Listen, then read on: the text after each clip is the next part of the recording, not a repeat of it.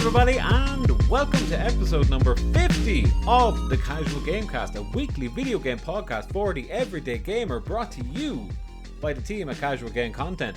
I'm Phil Keogh. I'm Shane Bowe. And guys, we have got a show for you. 50 episodes, 50 consecutive weeks that we have been on the air. Shane, can you believe it? I'm so shocked, so surprised. I know I'm not. I'm not really. I knew we'd get here. I knew we'd stay going. Mm-hmm. I knew we'd get better. I didn't think we'd be as good as we are by now, but I think we got this fairly down. Yeah, I think we do. I think we just need to get it out in front of a couple of more million ears. But apart from that, like, you know, we're not doing bad. We're not doing bad. Yeah, we could always use a couple of extra million listeners, you know. Yeah, if you got them lying around, could you throw them our way? Yeah, for sure. It's been awesome to say that, you know, we've gotten this far without missing a week. We are at number 50.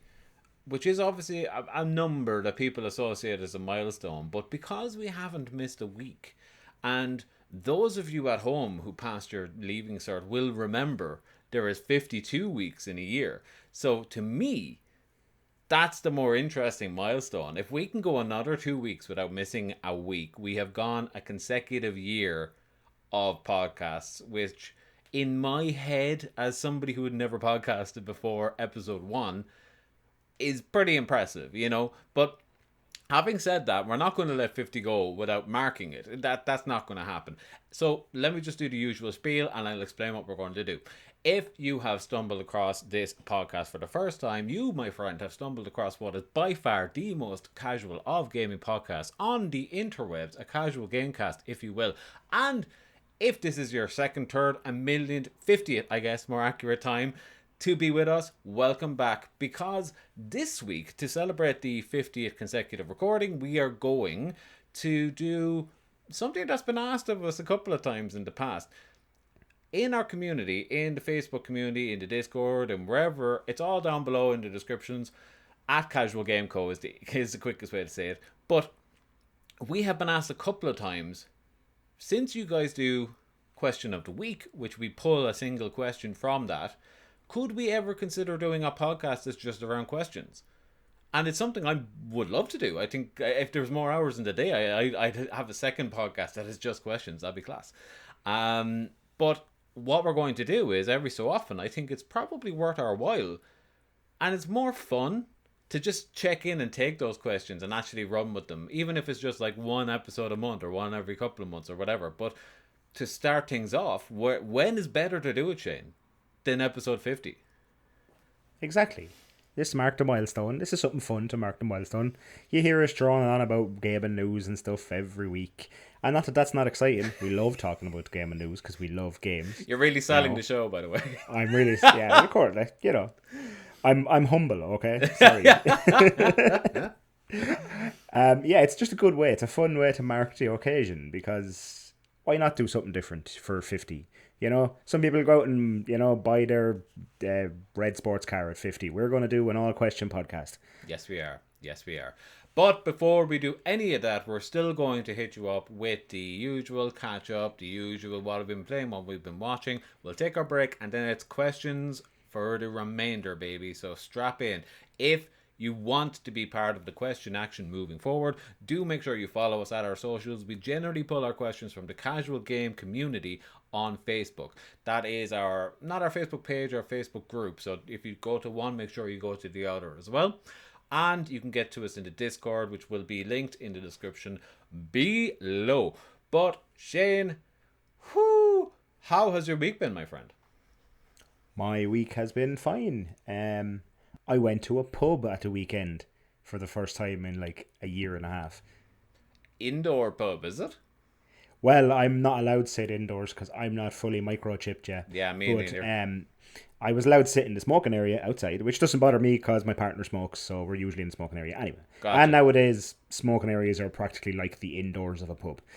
Yes, yeah, it's pretty comparable. As long as it's not like, you know, ridiculously raining and windy or whatever, it's pretty nice. Yeah, well, I was in Kavanagh's. You're familiar with Kavanagh's. I am familiar with Kavanagh's. That's like a small smoking area out the Not back. anymore. It's quite large now. Okay. there's been work done probably since the last time you were in it, and it's quite large. It's fairly enclosed. I don't think it's one of those ones that's kind of like no matter where you're sitting, you're not really ever going to get caught in the wind and rain. Gotcha. You know, one of those kind of smoking areas. It was nice. I don't think I missed the pub a whole lot after being back there. So if you've not been in the pub once over the course of like, we've opened and closed like a lot in the last year and a half. Sorry, that's my apologies. I was in the pub once between lockdown 1 and 2, I believe. Okay, yeah. I was thinking, me too. Yeah. And then, but this is the first time in ages. Yes. Yeah. Absolute ages that I was there. And proper night out. It was bank holiday weekend, so busy, you know yourself. And I realised that I didn't miss drinking in the pub much. I missed the socialising, don't get me wrong. Love socialising, love chatting with friends, love meeting people, all the rest of it. But the cost involved, like after the last few weeks or months of like going to barbecues or having a few drinks with friends or playing a game of poker or something, and only having to buy like 6 or 8 cans, you know, and then going to the pub for me and them, it's always infinitely more expensive when you're out with your partner as well. Of course it is. Always. Of course it is. Always. And like, tell me this: does Katie enjoy a cocktail? Because that's a killer.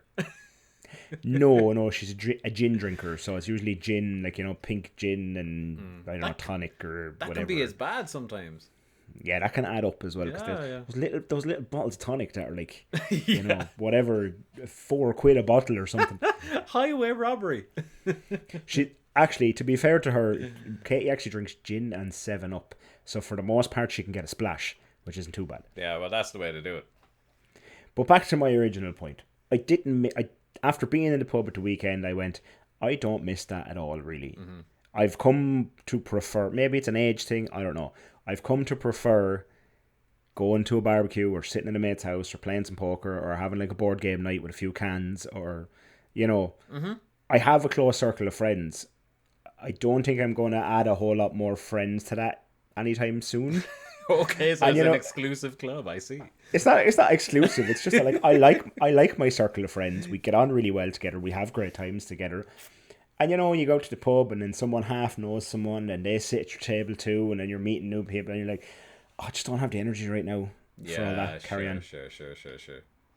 But the main reason I bring this up was you'll also be familiar with the majesticness of what is the top square in Portlaoise after a night out when everything closes. Yeah. So I have never seen it as full of people in my life. Really? Even on the busiest of Saturday nights pre-pandemic, I have never seen it as black with people. Wow. It was kind of scary. Just to clarify for anybody that's not Irish, that means full of people. But yes, full of like what we call the top square here in Portlaoise is kind of the area where after a nightclub or a pub, everyone goes to queue for taxis, get pizza, the usual after drinking activities that people like to do. Yes. And it was insanely packed with people.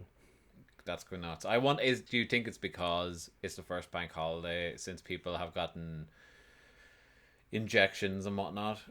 Like a lot of our generation has now been vaccinated, you know, at least once, if not twice.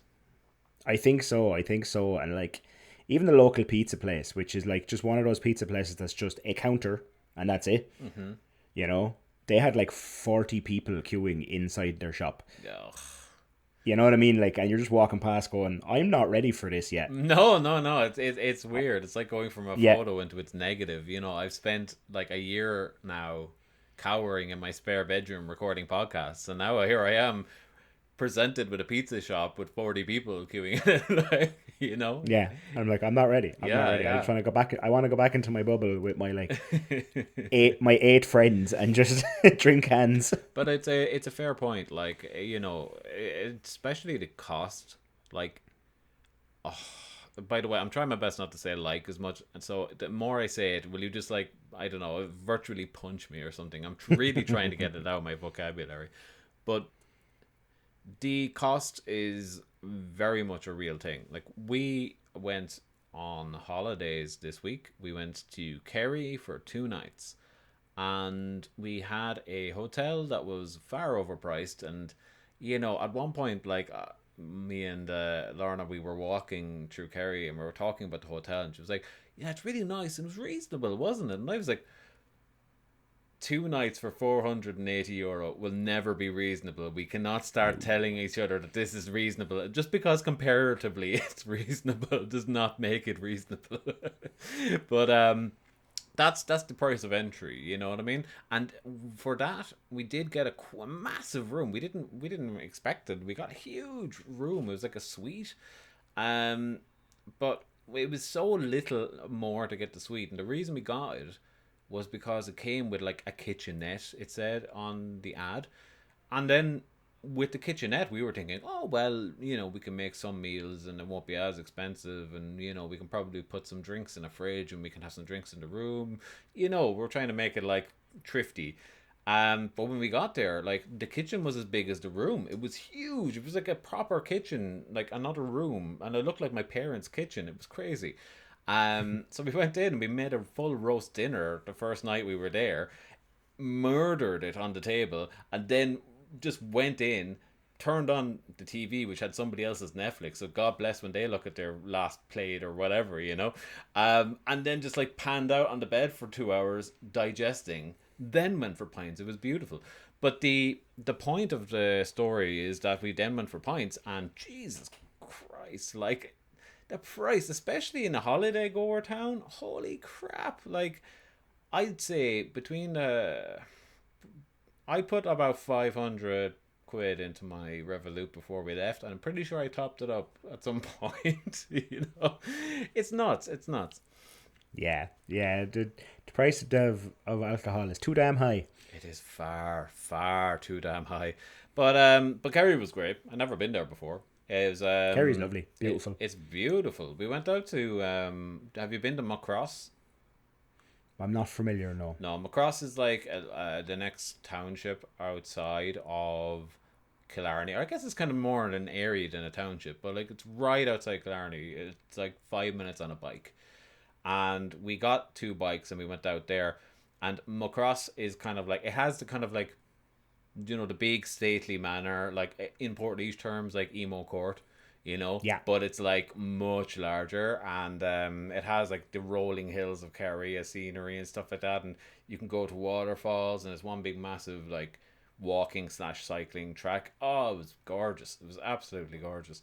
But yeah, I can see why people from Kerry are very protective of their county, Yeah, it's a beautiful place. You didn't by any chance get to go to the Lord of the Rings theme pub while you were there, no? The Shire. Yeah. No, we passed by it, and I was meant to go back to it, but we didn't get to go to a lot of pubs because we got there thinking that, okay, we went on a bank holiday Monday, we were there for Tuesday, and we were there for Wednesday, and we kind of thought like, okay, a lot of the tourists will have gone by that point, or a lot of the people that would have been out, locally would be gone. And no, that wasn't the case. The place was absolutely mobbed. And because my second injection was only last Saturday, I have to wait a week until I'm allowed into a pub, and they won't allow me, like, without they'll check my card and see that I have to wait a week. So that's, a thing. But to get an outdoor table down there was close to impossible.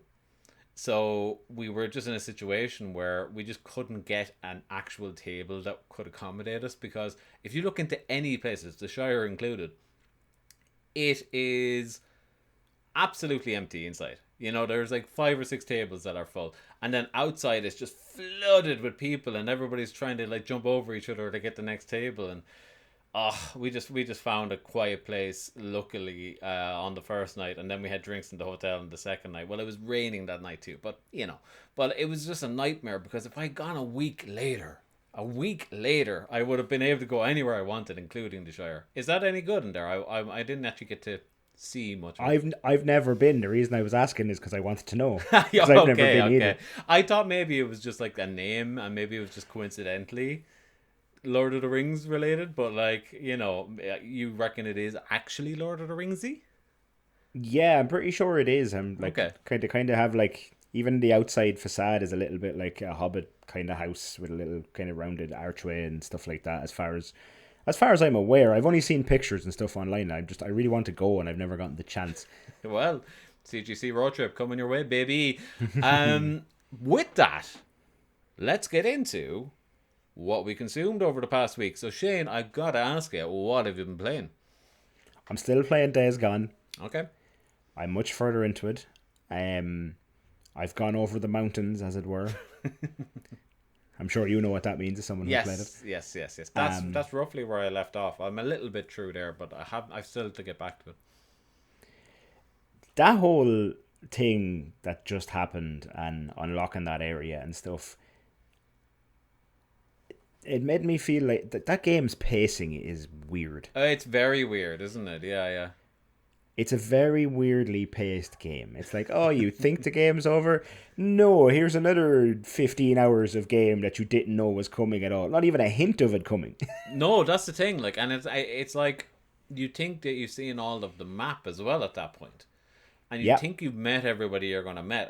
And you think the big events that are happening are kind of going to be the crescendo. And you're just like, right, you can...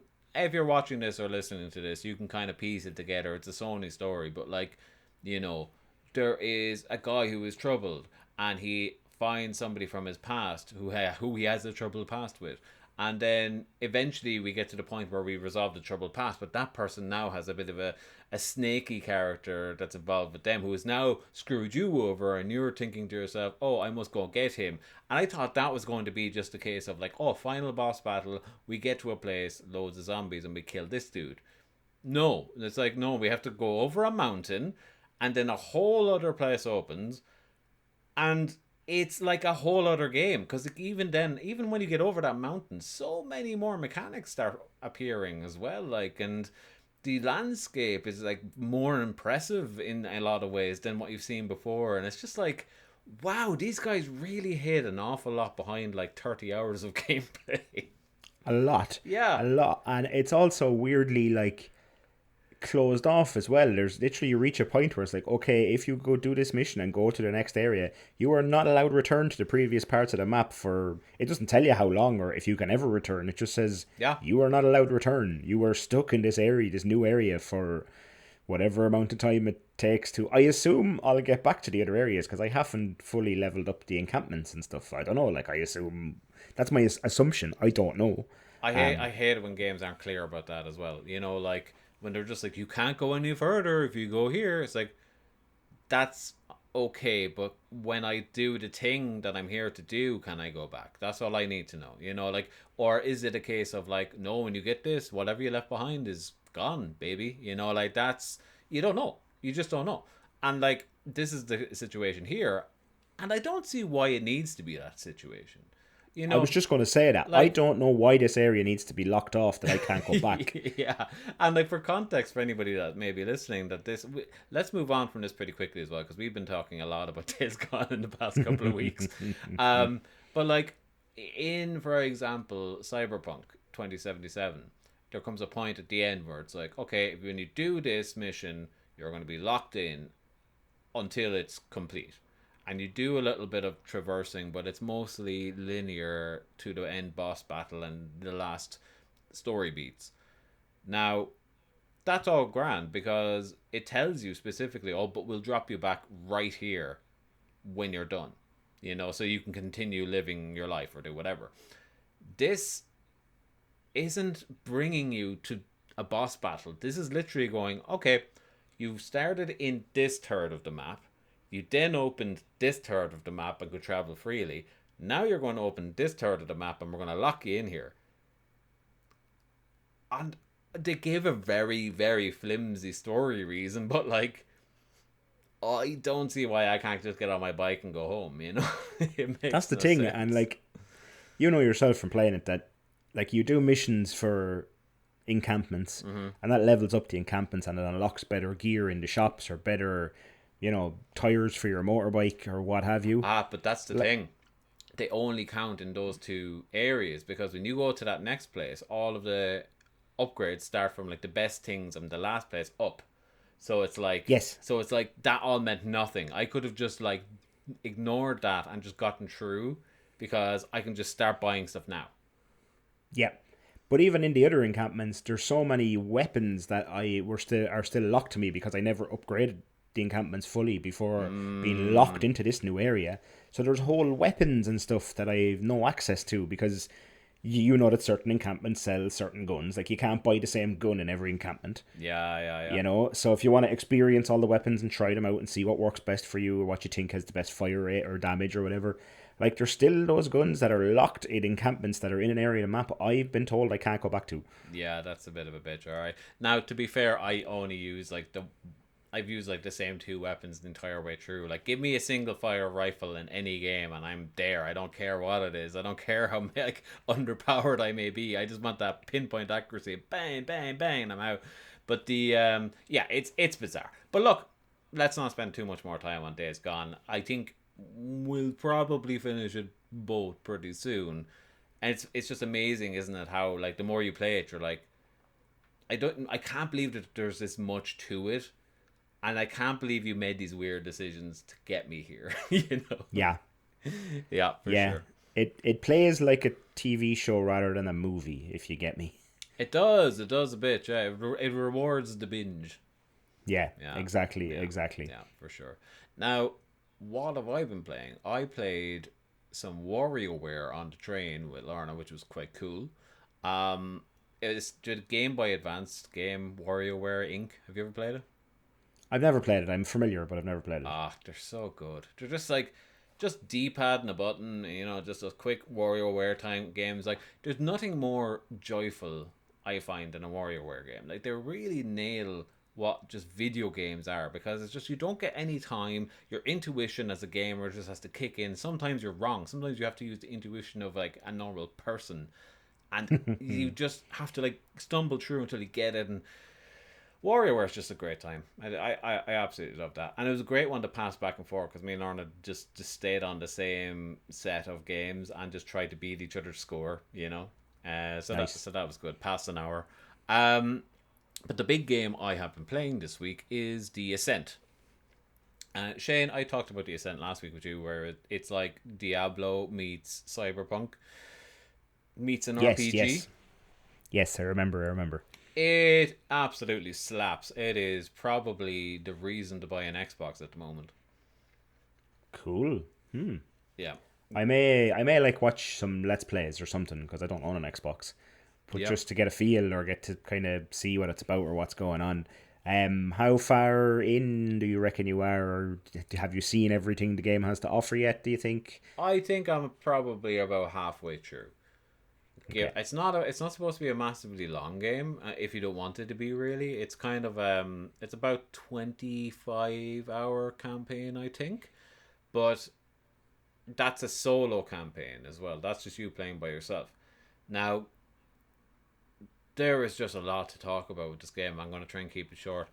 The aesthetic of this game is unbelievable. It's the first time I've seen a game do cyberpunk well, and I don't care about CD Projekt when I say that. Like, the aesthetic of the cityscape that they've created, and there's multi layers. Like, it's called The Ascent. You're obviously working your way up through the classes and up. It's kind of like a you know, poorest people on the bottom layer, and it gets more rich as you go up, kind of a thing. But man, the visuals are just jaw dropping. They're beautiful. Like, it's all neon. It's all like weird construction, and you know, rains and wet paths reflecting everything. And oh, like, because it's like a Diablo game, it has a fixed camera perspective that it swings around at its own leisure. You know, and it really, really, really shows that these kind of isometric fixed camera games can do a lot with that, because you're not swinging the camera around, you know, willy-nilly, taking up, you know, processing power. It can just put all of its focus on what it's showing you at that time, and it's beautiful. And this is I can't remember the name of the studio. I was trying to remember it and I forgot, but it's their first outing, and to see this, it's just amazing. You are playing a twin stick shooter with this, so you know, it's Diablo meets twin stick shooter to a degree, and it feels fantastic. The twin stick shooting is great. The integration with the Diablo style, kind of like, you know, hitting tugs and, you know, loot coming out of them, for lack of a better word. That whole thing just feels great. The story is okay, but it's written quite well. Like, a lot of the character interactions and the people you're talking to on the street, it's all written very well. A lot of it is voiced, a lot of it isn't, but even the stuff that isn't is kind of voiced in like alien languages. So like you can kind of get away with it because they sound angry when they should be angry, and they sound, happy when they should be happy, and it works. um but yeah, just in general, like the systems, it's not perfect. Like it's definitely not perfect. It's probably the most flawed game that I have had the most fun with in years. It makes very strange decisions with like fast travel. Like there's practically no fast travel, so you're doing a lot of walking back and forth. And then there's like taxi systems that can bring you to so many places, but there are literally so many places, and they're all like spread away from everything you want to do. So a lot of the time you just find yourself walking, maybe with a podcast on or something. But just in general, like this was just a sleeper hit. Like it's amazing how little I knew about it, and now that I've seen it, I think that there was just a hole in my heart, and it seems like the gaming public's heart, for an isometric cyberpunk twin stick shooter Diablo, and none of us knew. Yeah, it sounds like it. Like, from everything you're saying there, it sounds like an awesome game. I love cyberpunk stuff in general. I like the aesthetic of cyberpunk. I like the stories that are told. So it sounds like it's right up my street. I also haven't played a good twin stick shooter in a long time. Yeah, it's very like, do you know the games that Housemarque made, like Alien Nation and Yeah, was it Dead Nation? They were fantastic. I used to play the crap out of them on the PS4, and it's great to see that return now. Like I want more of those, because those worlds, like I love the diorama style of like isometric worlds. It's just so interesting because they can just put so much detail into things, and the perspective they can play with that, and it's just some really cool stuff. Shane, I think if any game is going to be up your street on an Xbox, this is probably the first one that I can say to you isn't on your PS5 that I would recommend to you. sweet. I'm straight onto Amazon right now to buy a Series X. Have it delivered for the morning. No rent. No, I'm not going to pay rent this month, and I'm going to buy a Series X and play The Ascent. Take that, landlord. No, for sure. It's pretty great. It's pretty great. That has been what I've been playing, and I will check back in on that and let you know my thoughts when I get closer to the end. But Shane, I think we're probably running on a little bit. Should we skip what we're watching this week and maybe catch up more on that next week and jump straight into all of these glorious questions we're going to talk through? I think we should, yeah. Let's do that. Okay, cool. So, guys, we're going to take a quick break, remind you guys of our socials, and then we'll come back and answer all of those beautiful, beautiful questions. Okay, guys, play that thing. Hey there! If you want to keep up with all things casual game content, you can do so in a number of ways. The easiest way to do so is to follow us on all of our socials at Casual Game Co. Not content, because you only get 15 characters, but hey, what can you do? At Casual Game Co. That's at CASUALGAMECO. Can't be any simpler than that. On Twitter, on Instagram, and on Facebook. And when you're at Facebook, look for the group, the Casual Game Community. It's a good bunch. We're going to love you. Come on by. If you could do us a massive favor, like the podcast, review the podcast, and just tell a friend about the podcast. It goes a long way, and you can find all of our content on podcast forums wherever you get your podcasts by searching for Casual Game Cast. Thanks again for all of your help and all of your support. It means the absolute world to us. Now, back to the show. We're back. Now, Shane, as we said, it is episode 50, baby, and we are going to answer a few questions to celebrate. So, play that thing. Question of the week. Now, our first question comes from Paul Mason, former alumni of CGC, who asks, what games that are considered to be masterpieces do you dislike and why? And he gives the examples of Ocarina of Time, Red Dead, Half-Life 2, the greatest of all time territory here. Now, That's a hard one to that's a hard one to answer. Like, we're straight off the bat, we're not starting it off easy here. We didn't pick a palate cleanser here to kind of get us going. It's like, no, straight in there. I don't know, like, what comes to mind when you think of gaming masterpieces that don't really do it for you, you know? I don't know. You see, I know there's popular franchises, like really, really popular ones that don't do it to me. I think last week or the week before on the podcast, I said Elder Scrolls. Yeah, like, I think that's probably your one. Like, you know, if you were to answer that just for you, I think, like, Elder Scrolls is pretty big on the list, like, you know. Yeah, maybe I'm focused too much on the word masterpiece because I really don't think Elder Scrolls is a masterpiece. But that's And I because think you don't even, like it. but I think even the people who like Elder Scrolls probably don't think it's a masterpiece. I think it's like a flawed masterpiece to a lot of Yeah, people. To the people who spent like 900 hours in it, I'm sure that they'd have something to say, you know. yeah, yeah. That probably would be my answer. I'm trying to think of what else in the upper echelon of games that I just don't gel with whatsoever. Yeah, because, like, it's a funny question. Like, while you're thinking, I'm just going to vamp for you. It's a funny question when you think about it, because, like, to say you dislike something, it's quite a strong way of putting it, because there's many gaming franchises that I know are, like, lauded as being fantastic and wonderful, but, like, I don't dislike them. I like them from a distance, but when I start playing them, I'm not into them. Like, CRPGs are a big one for me. Like, I really want to play Disco Elysium. I really, really want to finish it. I've started it and I just can't go back to it. It's it's something about that, like, click and text game play that just doesn't do it for me. Pillars of Yeah, Eternity and all those types of games, they're amazing. But, like, I just can't get into them, at least when I'm by myself. I've often said that, like, maybe I see RPG such as Pillars, or such as, what's that one you can play in multiplayer? But, like, if I can play any of these things with a partner or with a buddy that's going to spur me on along the way, then yeah, like, completely. But yeah. these, like, that's not me saying though that I dislike these games. That's just more like, they're not for me, but I can see why they're great. I get you. I I did while you were vamping. I did a quick Google on the old cordless Yeah, phone here. yeah, we all saw. Yeah, we all talk. Just to jog my memory of maybe, like, some of the what's considered some of the top 100 games of all time. Um, One or two jumped out at me there as games that I am just not that into either. The Mass Effect franchise being one. Okay. Just I find it a bit kind of drags on, and you know it's just not for me. I find it too.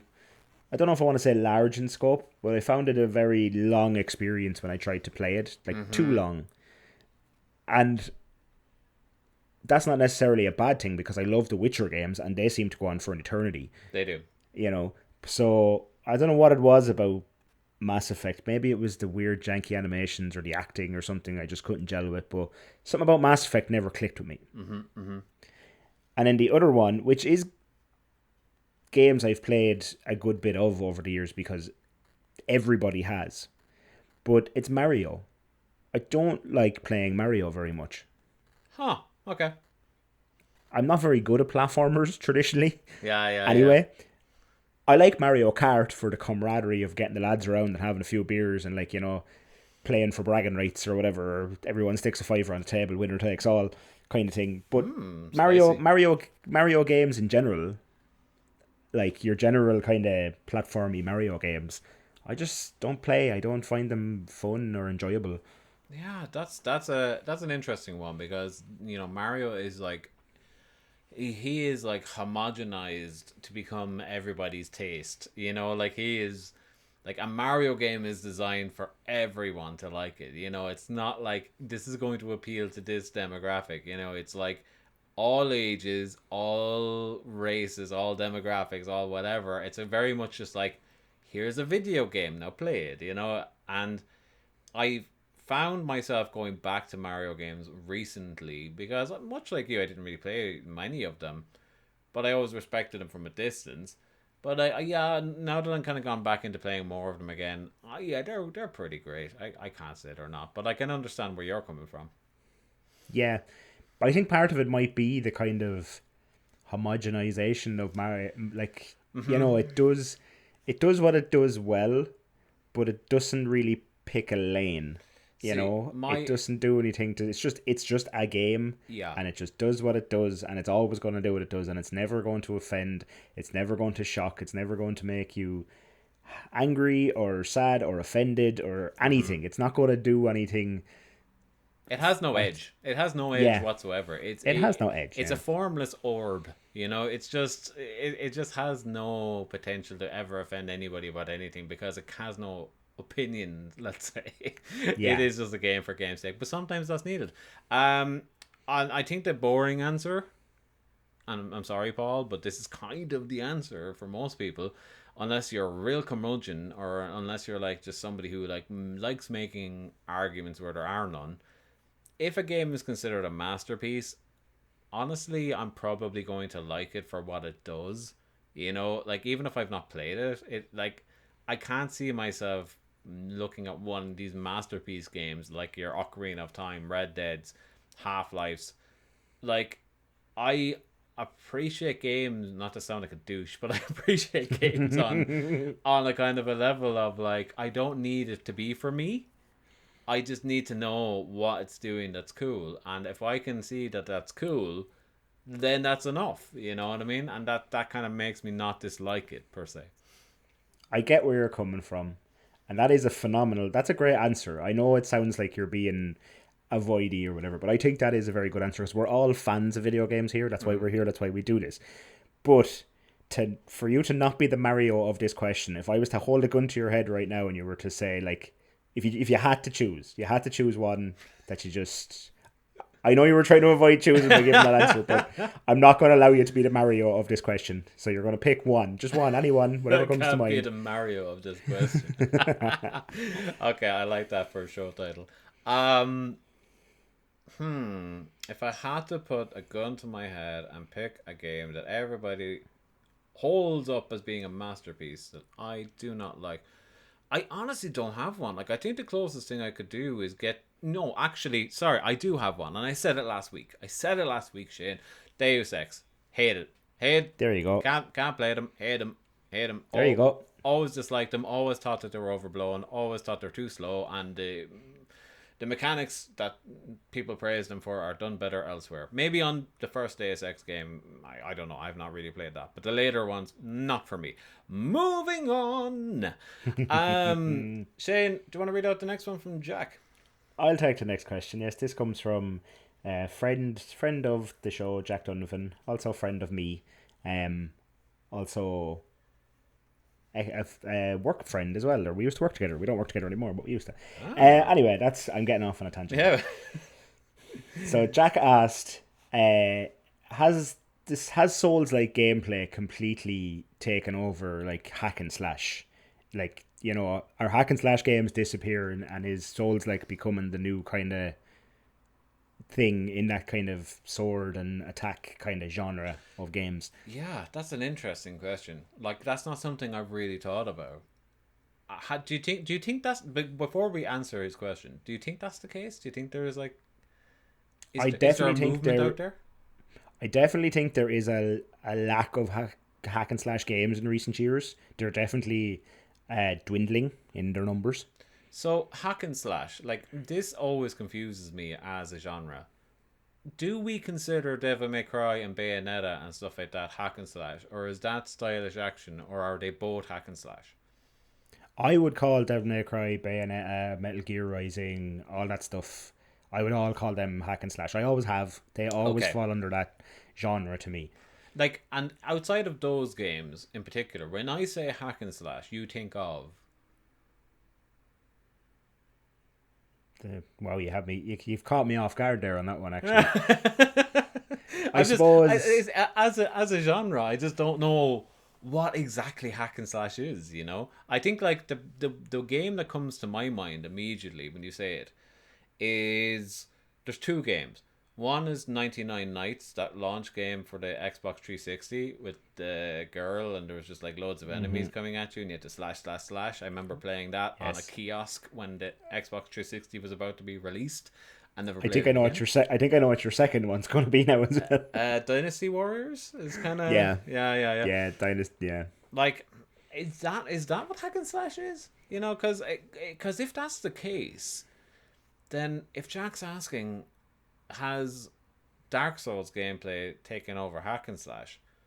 I don't think so, because now, Jack, I'm sorry, like if we've missed the mark here, and there's just like, no, you completely misread this question. I'm sorry, I do apologize. Please do write in like you did the first time on the casual game community over on Facebook to let us know how off the mark we got this. But if that is, you know, let's just say that is what he was asking, like the Muso games, like the Dynasty Warriors, like they've been going very strong with, you know, Hyrule Warriors and, you know, Fire Emblem and all those types of things. And realistically, like, Dark Souls hasn't had that many competitors to the throne. Like, it had a couple at the beginning, but people have kind of stopped doing that.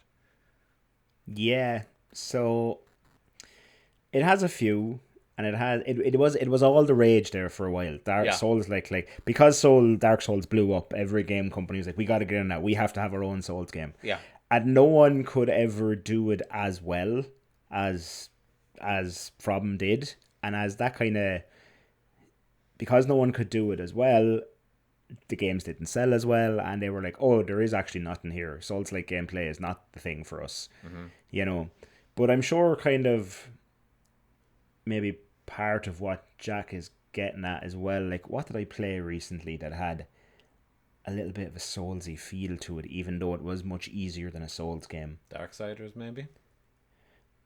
Darksiders, yes, actually. I played Darksiders. I did another quick bit of Google Foo for hack and slash games to see what Google tells me hack and slash games are. On the video, you just see you looking down to the corner of the screen. Just, you know, it's like you're cheating on a test or something.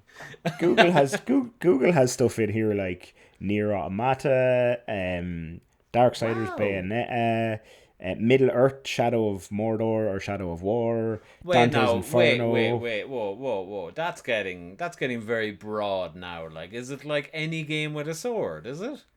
Yeah, they have Dynasty Warriors, Diablo, Rise, Son of Rome, that's like, Hellblade, Senua's Sacrifice, God of War. 6 different genres of games.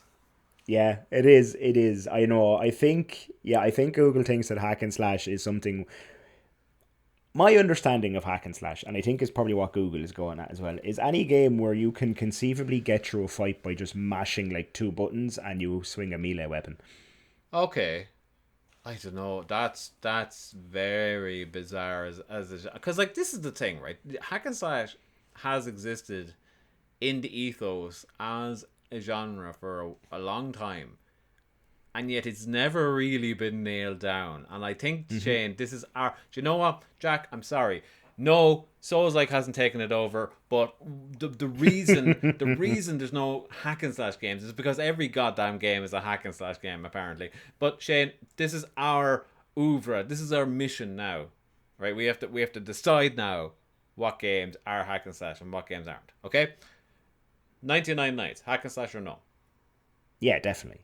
Okay. Now, hack and slash is generally like a secondary genre as well. It seems like I don't think because like that's kind of like a Muso game, which is the term for any game made by Muso, which is like Dynasty Warriors and stuff, because they just coined it, or it's like roguelike, you know, from Rogue. Yeah. But like, okay, so there's that. Devil May Cry, hack and slash or not? I always consider Devil May Cry a hack and slash. I think it's a stylish action game first. Hack and slash, like, see, this is where a lot of these games fall into this. Like I just said, my understanding of a hack and slash was always you can mash like 2 or 3 buttons to make your way through a fight, and you don't particularly have to do it correctly. Yes. Like if you go into a fight in Devil May Cry, you can just kind of mash square and triangle, and you'll probably come out okay. Yeah, that's true. And like Shadow of Mordor or whatever is kind of similar. Bayonetta is the same. Shadow of Mordor is just like an Assassin's Creed game. Sorry, like, is Assassin's Creed hack and slash. The newer ones are probably more hack and slash than the older ones. But no, but we're not adding like adjectives to say more Yes. hack and slash or whatever. Like, is it hack and slash? New ones, yes. Old ones, no. Wow, I wouldn't even go that far. Like, that's just saying to me now, if there is a weapon in it and there's a dedicated button to swing the weapon, then therefore it's a hack and slash. Because you can technically hack and slash. Like, that's kind of like... But then it's also a beat 'em up, because I can take off the weapons and also press that button and beat them up. Like, it's like, Yeah, you know? yeah, true. Hack and slash is it's a very broad genre. Like when you look at, say, your Shadow of Mordor or whatever, that is just the Batman system, but with a sword in your hand. Yes, it is. Yeah, and honestly, Assassin's Creed have been doing it too. You know, they've they all have. borrowed from each other. Yeah, they've all. Get off that phone, Shane. You're taking I'm a trying to test. You're taking a test. I was looking for like the definition, like the Wikipedia definition of hack and slash, just to see if we can nail this down here, right? If we can do one thing with our 50th episode, if we can finally conclusively figure out what hack and slash games are, then I will die happy. Okay. Well, that's a weird hill to die on, but okay, yeah, that's fair. Why not? That's fair. We're here now. I've staked my claim. My flag is up. Whilst you're Google fooing what hack and slash may or may not be, I'm going to read out one quick one here from Alex O'Lee, again, friend of the show. How did Uruk-hai know what a menu was? Shane is our resident Lord of the Rings expert, so he can explain the intricate back lore as to why the Uruk-hai knew what a menu was. Yeah, watch me. I don't know how the Uruk-hai went. Like, look, right, menus obviously exist in the world of Lord of the Rings because there was inns and pubs, and Yep. usually you'd ask for food and they'd be like, what do you want? And if you have food to choose from, that's kind of a menu. Yep, completely. So- and realistically, like, if he was going to ask for... The thing is, like, how did Uruk-hai know most of the phrases that they said? You know, like... We impart these phrases upon each other as humans by picking up on stuff and watching TV and listening to each other. Like, should the Uruk-hai not have been talking a completely different language, yet alone not speaking phrases that are, human? Yeah, true. They also speak English. Like, Yeah. Perfect English in Cockney accents and whatnot. Exactly, yeah. So, like, I think the short answer there, Alex, is they've got menus in Uruk-hai land. Moving on. Have you found your definition? I have. According to Wikipedia, okay, hack and slash refers to a type of gameplay that emphasizes combat with melee-based weapons. There may also feature a few projectile-based weapons as well, such as secondary weapons. It is a subgenre of beat-em-up games which focuses on melee combat, usually with fists. Hack and slash action games are sometimes known as character action games. Right. So that was quite boring, but very detailed. Yes. The simple fact there is, right, and I think it kind of hit it on, one of those sentences hit the nail on the head for me, which is, it is a sister genre of the beat 'em up. And I like to think, right, here's my comparison, okay? Streets of Rage, beat 'em up. Yeah. Okay? Golden Axe, hack and slash. Yeah. You know? Once you go into the 3D realm, it all just falls apart. So, but they're your two definitions, and so if you can keep that in mind as so Shane, over the next year, every game we play, we have to keep it in our mind: is this a hack and slash? And report back. Yeah. Okay. Like, I know we talked about it enough at the top of the show, but does that technically make Days Gone a hack and slash? Because I can pick up a fire axe and hack a zombie to bits. And keep pressing X or whatever. Like, that's what I mean. You can't call it a hack and slash. It's just not. It's crazy. It's crazy, Shane. It's crazy. Anyway, let's move the hell on from there. Darren Clifford in the Facebook community also asks, what do you think is the best Star Wars related game? He asked specifically for PS4, but I think we can kind of broaden that one out there to go like, what is just the best? We'll also answer for him on PS4 because the guy asked and we got to answer. But like, what is also the best one in general? So let's start on PS4. Okay. I think it's probably, there's been some good ones lately actually, but it's probably pound for pound Battlefront 2, which started off horrible, but it's actually a fantastic game now if you're Yeah. into shooters. Yeah, I have only played the horrible version of Battlefront 2. Okay. So I can't agree with you on that one until I play the other one. For me, it is probably Jedi Fallen Order because I prefer to be a Jedi in my Star Wars games. Or a Sith even. I prefer to wield a lightsaber. Which you can do in Battlefront 2. But no, I understand. I understand what you're saying. Yeah. Yeah, that would have been my secondary answer is, but if you're not into shooters, this is the one. On PS4 specifically. Although, on PS4 they did release those SNES games, Super Star Wars and stuff like that. So that's a fun time. They're terrible games, but that's a fun time. Yeah, I think on PS4 they're probably unequivocally the best. Now, Yeah. in general though, that's an interesting question. Like, what's like Star Wars as a franchise has, like, it's had its stinkers, of course, but like it's got a pretty good ratio in terms of good to bad video games based on a license. Yeah, like there's some crackers in there. Absolute crackers of games. And like you said, there's some absolute trash monsters as well. Yes. But I like what you did there, Trash Monster. for me, it's definitely Jedi Knights or Jedi Knight, whatever. I think it's Jedi Knight, and then the sequel is possibly Jedi Knights. Yeah, something Academy is Yeah, Jedi Knight Academy or something like that. I remember playing it on like the family PC when I was like kind of trying to learn what gaming was more so than outside of a Nintendo. I was like, but if I do it on the family computer, I can have 3D worlds and it's super graphics and all. It wasn't at the time, of course, but like you know yourself.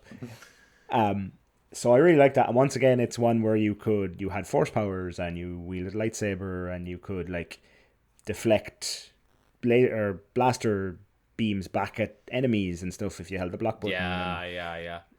It had a lot of, I suppose, third-person action game mechanics where you leveled up your force powers as you went and you unlocked new ones and all this kind of stuff to help you in certain situations and blah, blah, blah.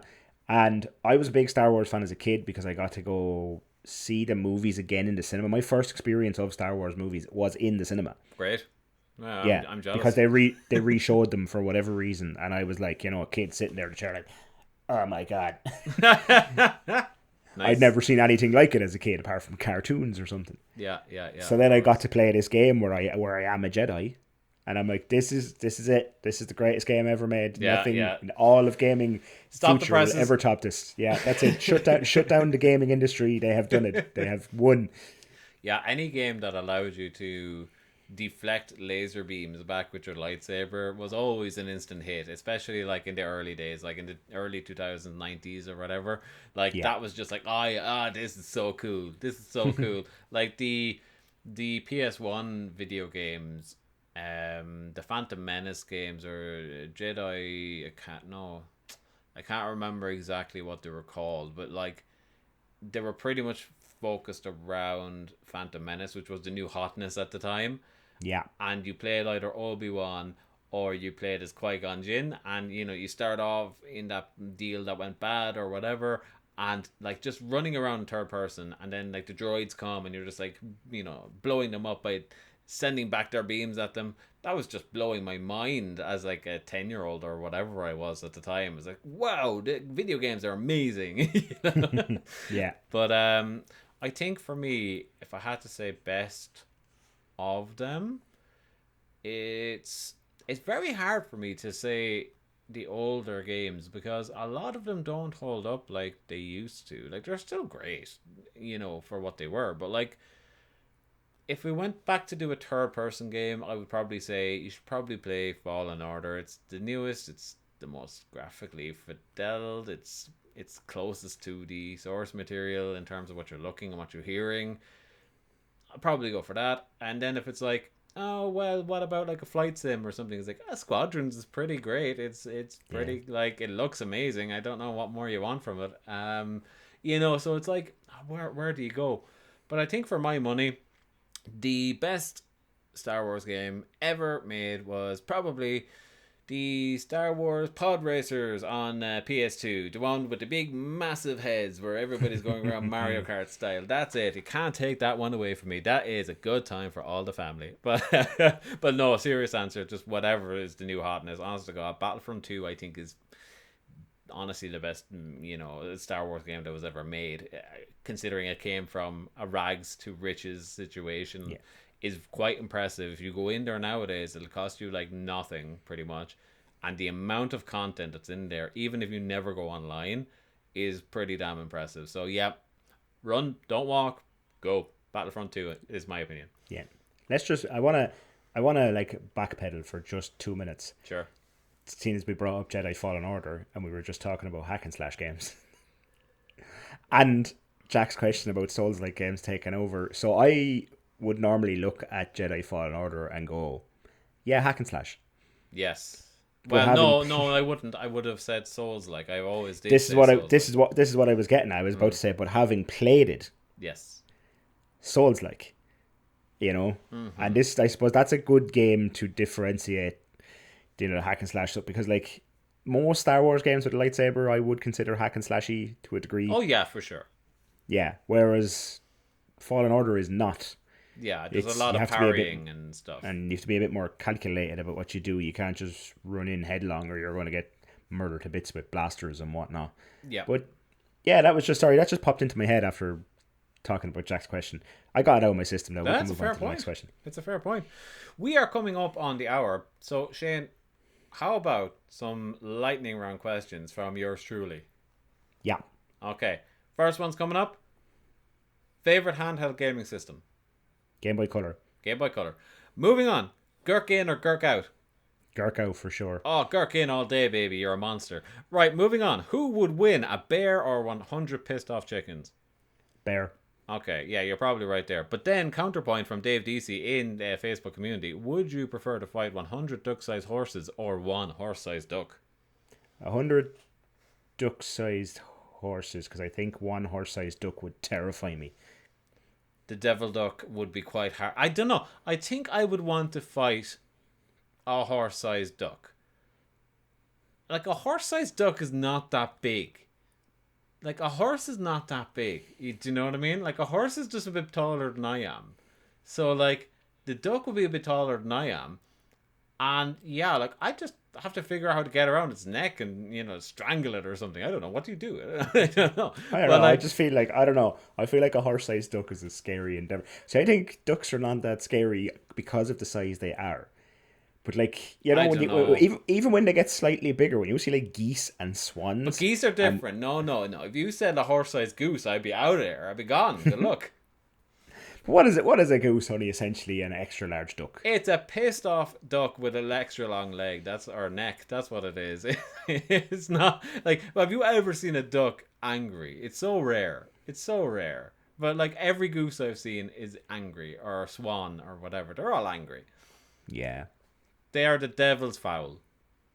Yeah, not a fan of the swans, man. They're always like trying to come after me at lakes and stuff. Like I've done something wrong. But you have, and they know what it is, Shane, and it's going to come out one of these days. I'm going to have to spend the rest of my life looking over my shoulder. I'm going to be in my trench coat in a dark alley, wondering what that hissing sound is coming behind me, like a noir detective movie. Oh, it's you, Longthroat. Okay, very good. Well, guys, that is it. Let's leave it here for now. And Shane, I think we both get to go away and celebrate.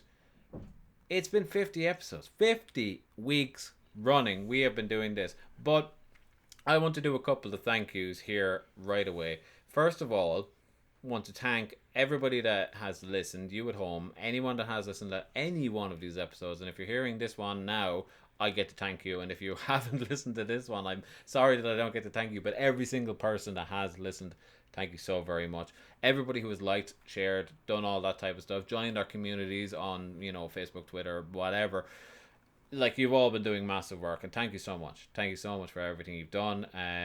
Especially over, we've done quite a lot of different kind of things over the last 50 weeks. We've done, written content, audio content, video content. You guys have been great in trying to support us and whatever, and it's all super appreciated. Also want to give a huge, huge, huge, huge, huge thank you to Aaron Thompson, who is our editor of these podcasts. He's been just completely unparalleled in the effort that he's put in.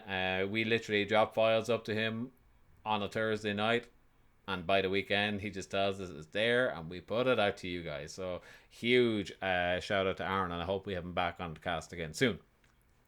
And then outside of that, I think the biggest person I have to thank, Shane, is you. 50 weeks, man. 50 weeks. We've 50 been weeks. sitting here. Yeah, exactly. I have the exact same sentiment. The fans, the listeners, the likers, the sharers, the commenters, the question askers, all you people are wonderful. Aaron makes a Herculean effort. We just have to show up and be idiots for an hour. Whereas Aaron makes all the magic happen. Like, you know, we're just two talking morons here going like, oh, did you see what happened this weekend? The thing about the stuff. But he's like, you know, makes it sound nice, puts in the music, does all that, you know, wonderful, wonderful thing that rounds out this show and makes it listenable. Yes. And then, of course, there is you as well, my co-host. You know, we can't do, this is not a solo thing. We can't, this doesn't work without the other person. Yeah, I've been thinking about that recently, is that like I'd never want to miss a week. So what happens if, like, you know, we can't get a guest on and one of us drops off? It's like I'm seriously going to do like a blind buy podcast one of these days where I'm just like sitting here with piano music just talking about my thoughts or something. I've thought about that as well. Whatever happens if one of us is sick, like I was like, yeah, we're just gonna have to go for it and do like a solo thing where you're just kind of talking to the listeners, like you said, blind buy style, where it's just you and some smooth jazz and you know your deeper innermost thoughts about video games. Oh dear God, let's look forward to that one in a nebulous future. But yeah, thanks again, guys. It has been a blast for this 50 weeks. We're going to, as I said, do something. We haven't planned much, so we're going to have to start planning, but we do plan on doing something in 2 weeks time for our 52nd episode, which will be, considering it's all consecutive weeks, that will be our 1 year anniversary. But stay tuned for more information on that. But thank you for being with us for this 50. If you've not listened to our podcast, it's interesting, let's say, to go back to the first one and then listen to the 50th one. We've come a long way, baby. But thank you for everything. You have been awesome. Shane, you have been awesome. Aaron, you've been awesome. Everybody in the team has been awesome. I think it's probably time we take this one home. Let's take it on home. All right, boy. Thank you, everyone, once again for listening. If you have never been here before, it is by far the most casual of gaming podcasts on the interwebs, a casual gamecast, if you will. And if you have been here before, welcome back and thank you for coming back again. If you could do us one little favor, do like the podcast and consider leaving a review for the podcast on your podcatcher of choice. Share it out. Tell a friend. You know, tell a... Have we said a milkman? I don't care if we said it or not. Tell a milkman. They're handy because they go from door to door. We need a milkman on our team. Okay, we need somebody going door to door in every house in the locality, telling people about the Casual Gamecast. Postman. Tell your postman. Him also. Yeah, he goes to more people. Yeah. But yeah, everything that you guys do in that way is always very much appreciated. If you want to follow all things CGC, you can do so in a number of ways. Our Twitter, our Facebook, our Twitch even, it's all at Casual Game Call. You'll find it down below in the description. And if you want to join our Discord, you can do so. That is also down below in the description in a link form. Pop by, we're gonna love you.